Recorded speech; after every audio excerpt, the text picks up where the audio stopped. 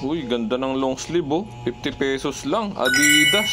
Ay, Adodisi pala.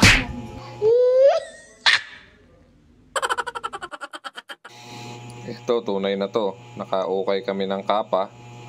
150. Maganda pa yung quality. Bago-bago pa. You know.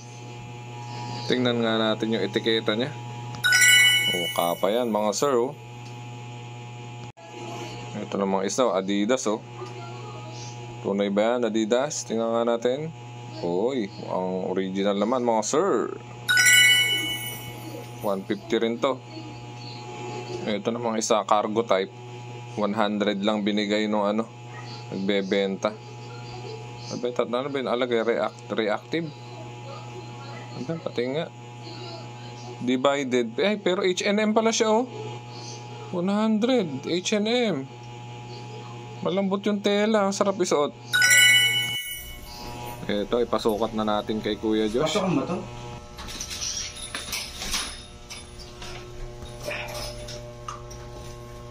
Dumi pa oh. Eh, sukat mo lang. Ito malaki, ito medyo. Oh, papa. Ayos, bagay. One down. Next. Wow! Ay, suka ko eh. Masarap yung tela, malambot. Malambot. Diba? Ang ganda naman napili ko. Malambot yung tela. Ito namang isang to, walang brand, pero malambot kasi tela, kaya binili ni manager. Yan, H&M yan.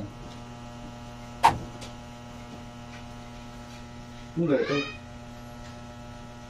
May bulsa sa gilid. Tagilid mo. Yung mga bait niya, yung mga cargo pants. Cargo. 100 lang yan, no?